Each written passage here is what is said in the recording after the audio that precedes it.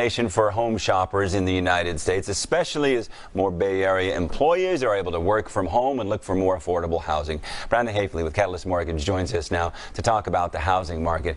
Brandon, let's start. How can we get ahead? Right now, it is such a crazy time. Our market's going wild. Whether it's your final home or your first-time home, what are the steps we need to do to make sure we get the home we want?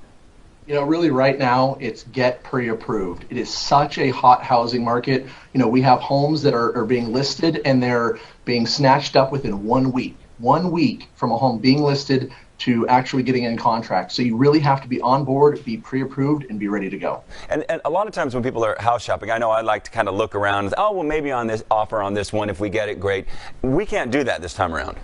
You know, you really can't. With rates in the 2% to 3% range, you have to be pre-approved, have all of your income, assets, everything verified by an underwriter, and you really have to be ready to go and listening to that agent. You know, you have to be prepared to pay over asking price. You have to be prepared for your offer to go against multiple offers. 50% of all homes that are listed have multiple offer situations. So you really have to be on your game and listening to your agent and be ready to go. So let's talk about, you know, if you are competing in multiple offers, you got to make the best, strongest offer. If you're someone that has a finances, whatever, how easy is it to compete, or how hard is it to compete with cash offers? Because I know cash is king. People like to see that, and some people will take a lower price if it's cash. How do you compete?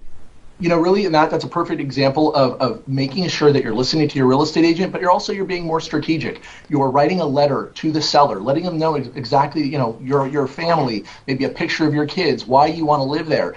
Really, the personal touch when you're putting offers in is so important in this market. Yes, people want a higher price, or they might be willing to take a little bit lower for the cash, but if you are willing to put more of an investment in, you know, to writing that offer, show the personal side of you, you have a much better chance. But more importantly, trust your real estate agent on what the best angle to go is. Is it a shorter close time, or is it going to be a little bit higher price over list? There's a lot of variable factors, but that's something you have to work with your real estate agent on one-on-one to find out, because it's all area specific. Let's also talk about managing your expectations. Not a time to overreach here as far as footage and all the amenities. You know, really, it isn't a time to overreach. And I would tell people that, you know, with everything going on with the pandemic and where we're at financially as a country, I would say that, you know, live within your means.